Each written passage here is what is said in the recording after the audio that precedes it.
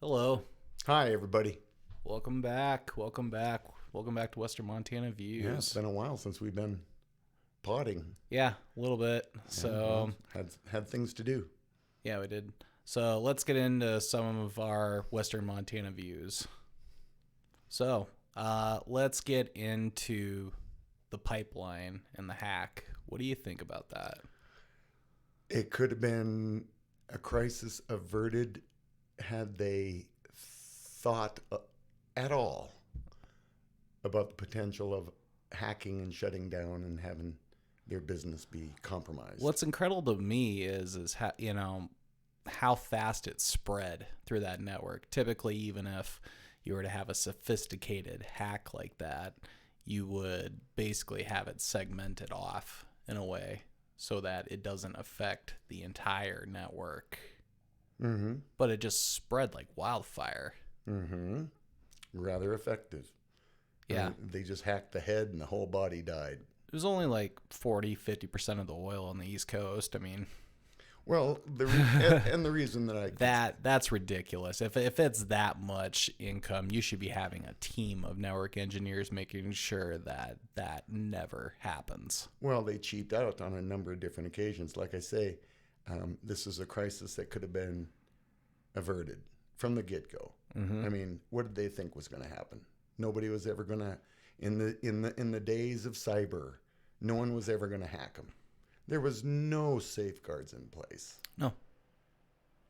They probably bought the components from overseas, no doubt. We buy a lot of components overseas. It's hard not to. Nothing against that. Well, and the bad part about that is, why isn't America making them? I wish we would do more. The history, the loose history of why, history told by a couple of dummies. Yeah, anyway. right. Yeah, a couple white boys living in Montana. But the history is that right after World War II, we created an industry for Japan Mm-hmm. to have an economy. Sure. And that was electronics. I mean, from about 1940, well, maybe 1950 or so, you couldn't get a TV made in America. No. So transistors, I mean, you think chips were the talk of the town right now. I mean, transistors back in the 50s and the 60s was like DARPA, as far as the mentality goes. Or even, this audio nerds like tube amps and things like that too. That used to get made in the U.S. and then that flipped to overseas. Right. I don't believe that they're making any tubes for stereo components or music components like Marshall speakers. Mm-hmm. And that's what's wrong. That is what's wrong. We need to get back to manufacturing that, and then we won't be susceptible to other people's components. Right. Right. Our supply chains won't fail as often. We won't have as many shortages. Right. And then once that is done, or until that gets done, and far after that is a normal practice, is that everyone has to protect themselves against hack. Oh, for sure. I mean, that's an individual responsibility too, because these big companies can't protect you. They can't protect you. They just can't. No, they just suffer the consequences and then pay the ransom. Mm-hmm. And and the reason why paying the ransom is so effective, why it works so well, is that it has expert level encryption basically, and you can't break it unless you have the key. Well, there's only one person with that key. Right. Therefore, that's what makes that ransom so effective. You can't bend them. Sure. And now, especially if you don't know who they are. And now that this oil company, East Coast Oil Company, has paid the ransom, they're still susceptible. Oh, yeah. That they can bend them again. Well, that the hackers left something behind. They just stopped. In my opinion, they did. They just quit shutting down the oil thing. They can flip a switch and hack it right now. Mm-hmm. Again. Yeah. For another $5 million or whatever it was. 5, 10, 15, whatever they want. I think it was $5 million this time. Yep. So we got a problem there. We absolutely do. We also have another problem where there are no other voices in the GOP party except if they're pro-Trump, and they cast Liz Cheney out. Oh, are we switching topics here? Let's switch topics Okay. to a possibility of a new party and Liz Cheney, Okay. a new conservative party. What do you think about that? Well, here's what I think. I am neither a Republican nor a Democrat. I consider myself independent too. So I am a veteran, and I look at both of those parties with suspicion. What's your ulterior motive here? Right. How are you going to screw me over?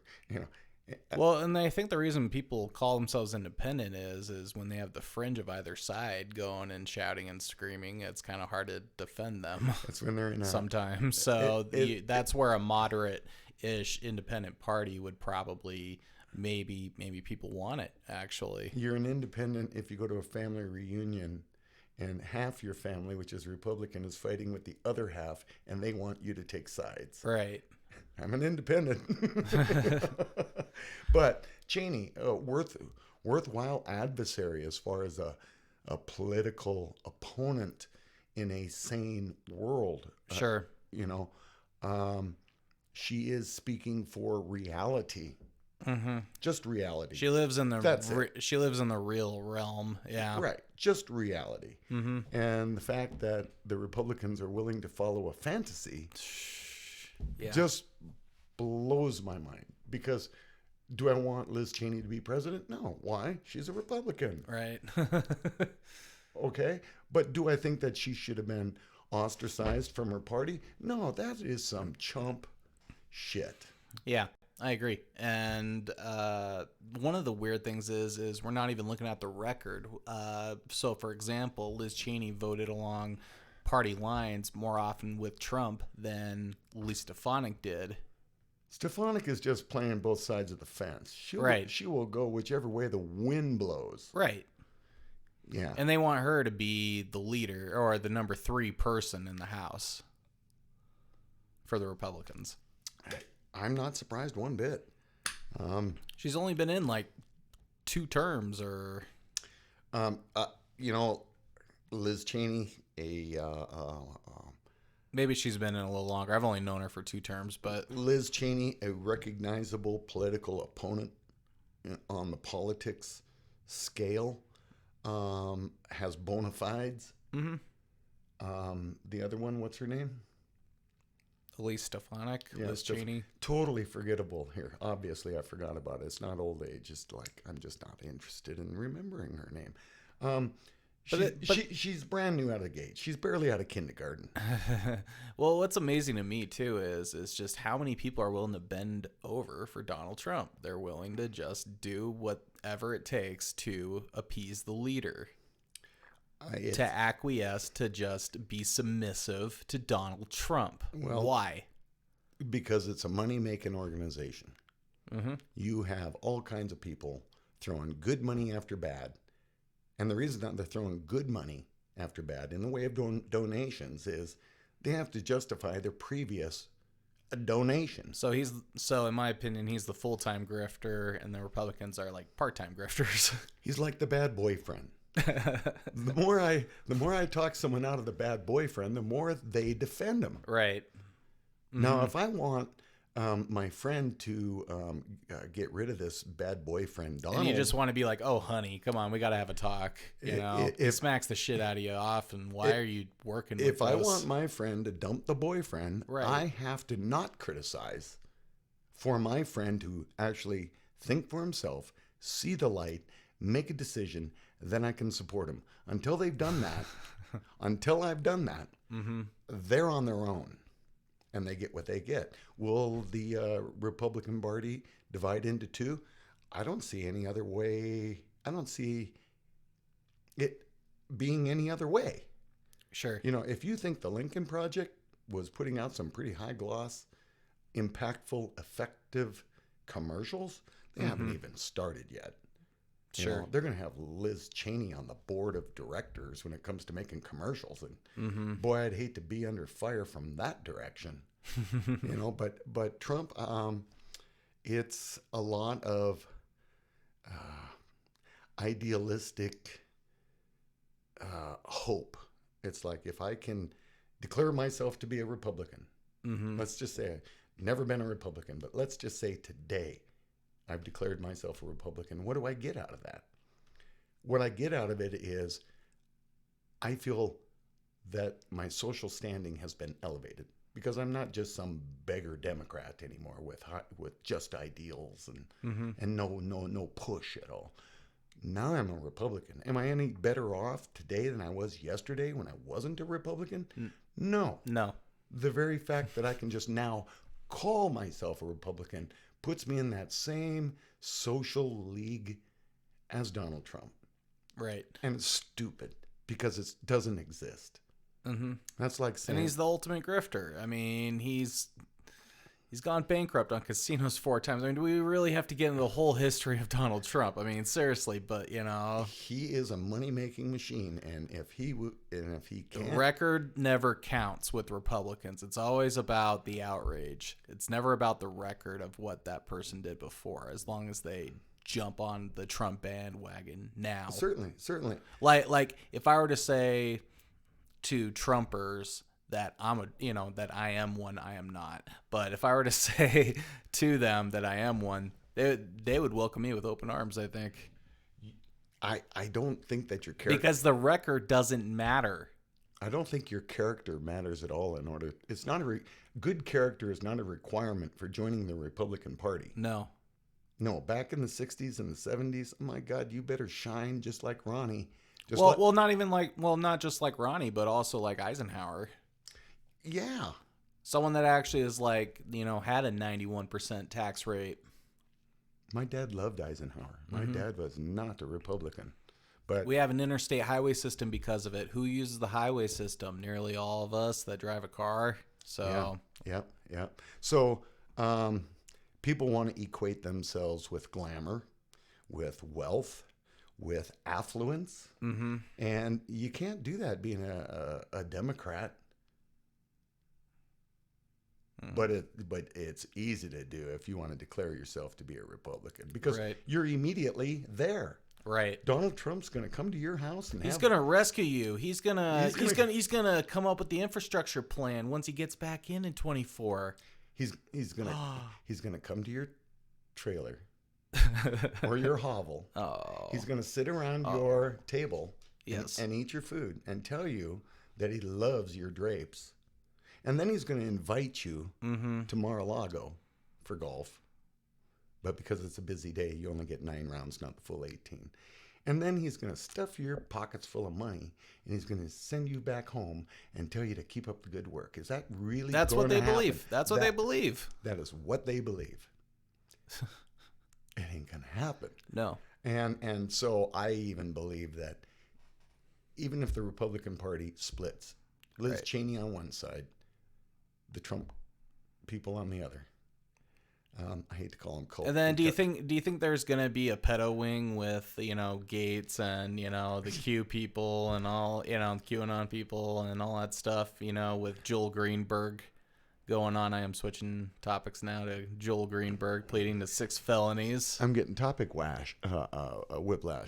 Well, that's how you get better. Just keep on chatting, Well, I'm slow. I'm slow too, but that's how you get better. So we're gonna move on to Joel Greenberg, pleading to 6 felonies, including trafficking of minors. Okay, let me talk about Q. Okay.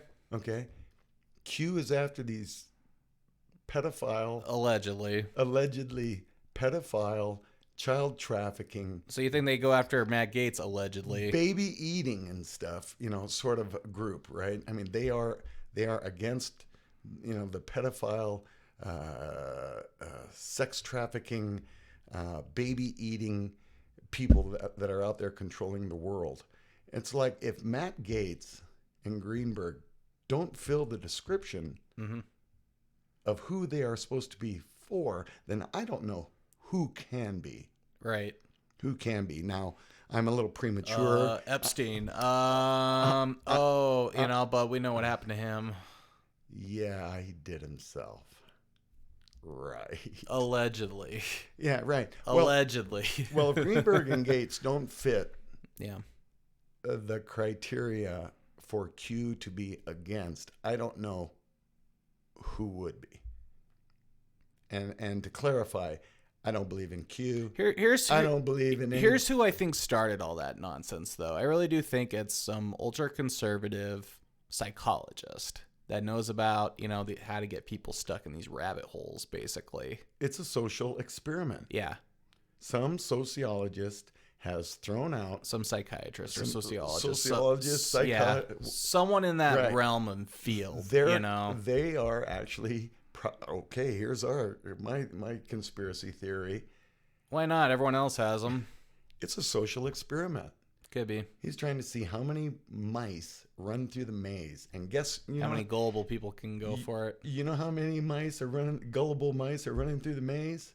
All of them. And again, do I have to list all the crimes that Donald Trump has done? Would that have been with children as well? If you want to Google it, look it up. So, right. Well, I'm an advocate for thinking for yourself. I mean, think for yourself. You'll probably make a better decision. Don't let other people do all your thinking. Think for yourself. Yeah.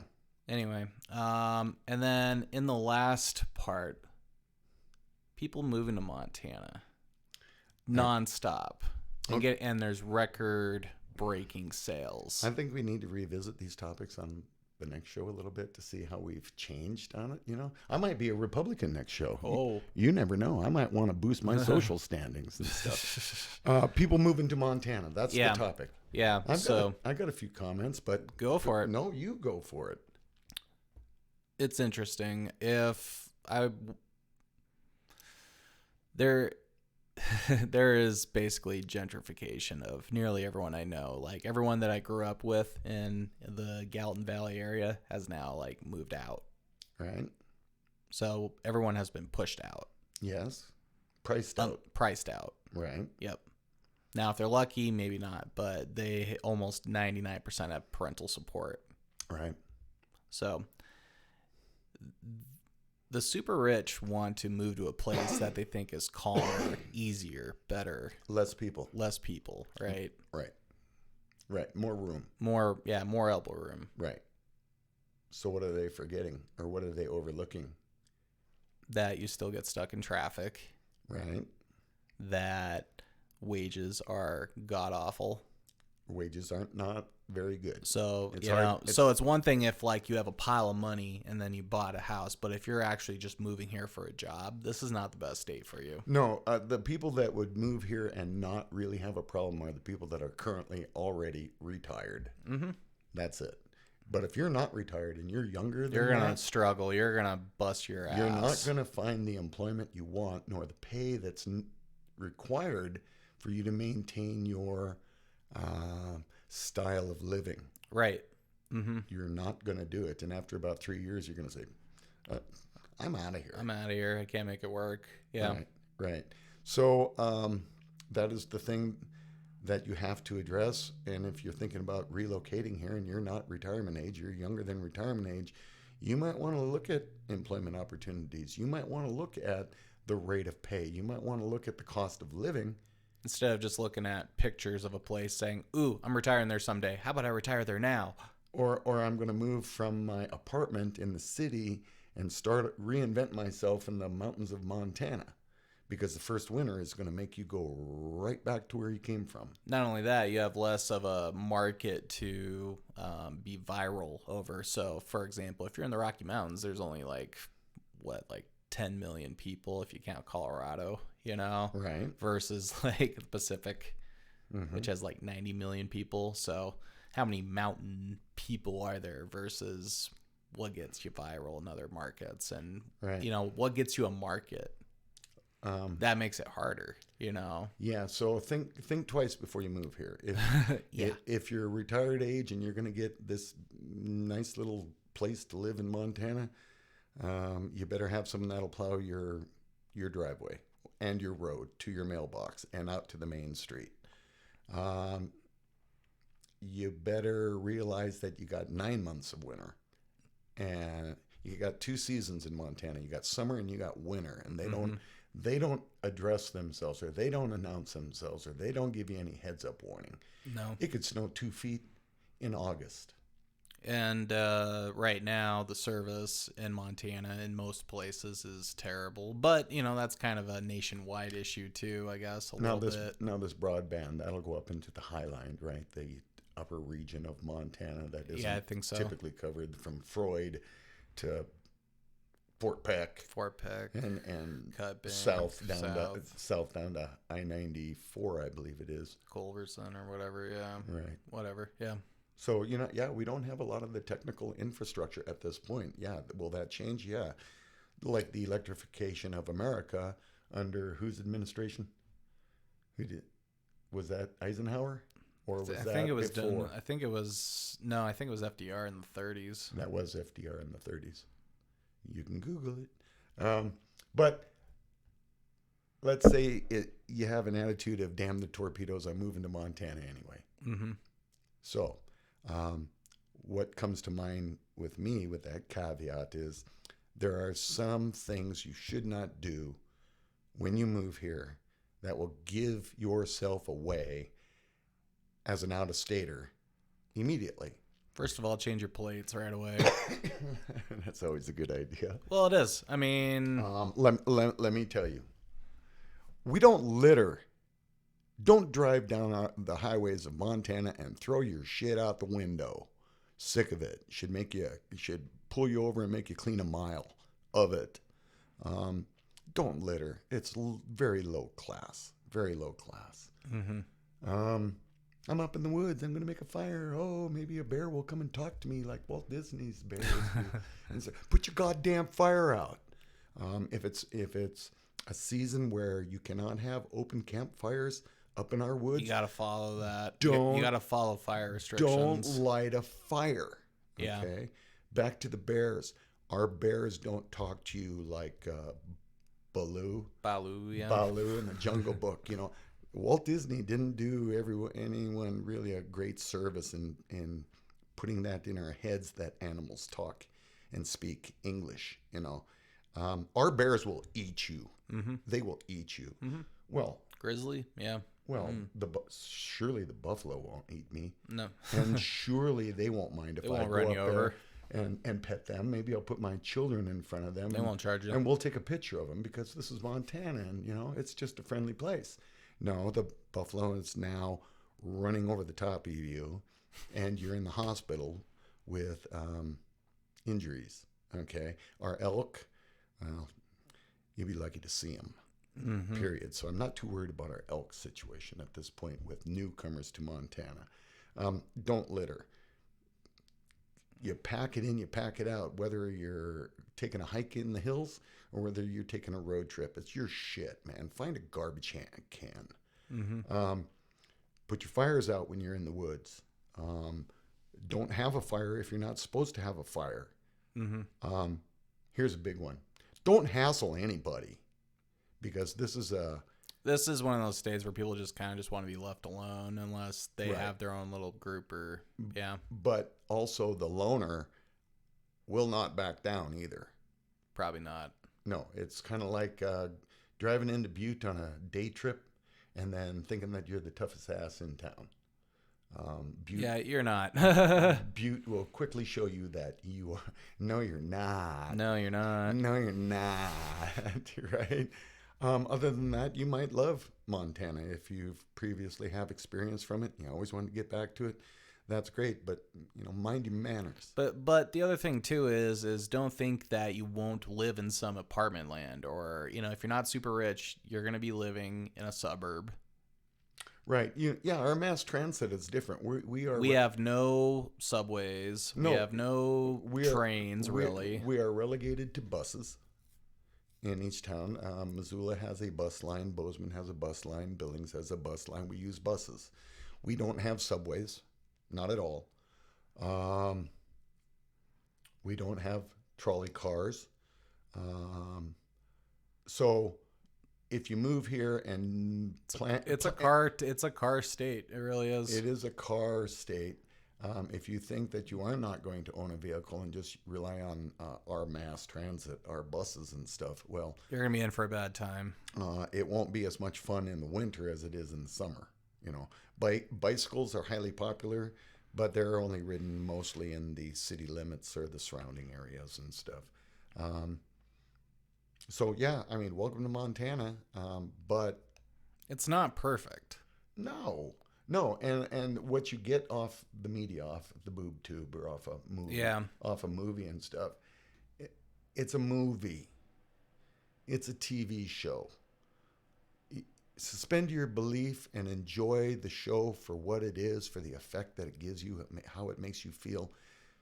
But you got to know that it's not reality.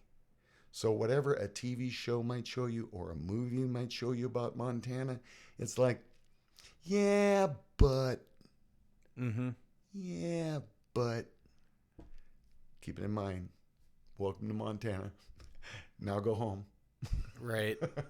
Well, in all the pictures they show, it almost always, they show on some subreddits like earth porn is what it's called, and basically they show like Montana mountains basically, and it's like always a summer shot. It's like be there in the wintertime. Yeah. When it's snowing on your head and Right. it's slick outside and, you're gonna, Well, and the reason that there is such a drive, another contributing factor why there's such a drive for out-of-staters to want to move to Montana and reinvent themselves and start over has to do, in my opinion, with COVID. And in the Sure. and in the John King maps and in the Kornacki maps of where COVID was and stuff at the beginning. I'm talking about the beginning and stuff. Didn't see anything happen in Montana, even though that we knew from a local perspective that we were starting to get our illnesses too. It wasn't until later that it was like, well, the only state that's really, doing really quite well is Montana. So then everyone thinks, oh, the reason I'm going to move there is because there's not a lot of people and there's a whole bunch of room and I'll never get it. Well, that's not true. That's not true. There are a lot of people in Montana. Yeah. There is a lot of elbow space, but when the wintertime comes, you're going to be closer to people than you would be in the summertime. I mean, you're not even going to get away from people in the summertime unless you're an avid camper. Yeah, you have to really try. You have to work hard to get away to from be people. Alone and stay away from Right. people. I mean, you really have to be just. So if your inspiration is to outrun COVID and live in a state with a bunch less people, you only got a very small part of that equation correct. For the most part, people want to move here because it's glamorized by something or another. 40 years ago, 50 years ago, John Denver was singing Rocky Mountain High, and everybody in the nation moved to Boulder, Colorado. Yeah, have you ever been to Boulder, Colorado? Have you been there lately? That's what John Denver did. Just the power of celebrity is just insane. Yeah. It is. You have to even remember. People wanted to move to Austin because Joe Rogan was moving to Austin.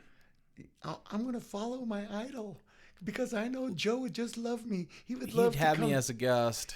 And he would like all my stuff. And he would like my food. And he would think that I was the most interesting person. And that's why I'm going to move to Houston. That's stupid. That's like following Trump around. No, I think the better way to do it is set up your own podcast, kind of like what we're doing. And then if you were to have Zoom in the future, way, way future, and they're like, hey, I watch your stuff. Maybe we can have a Zoom call. It's like, okay. Sure. Yeah. So anyway, long-term plans. But that's our Western Montana views for today. Yeah. And my opinion is like a navel. Everybody's got a navel. Everybody has an opinion. If you've enjoyed yourself, I'm happy. And we will see you later. Peace out. Have a good one. See you later, guys.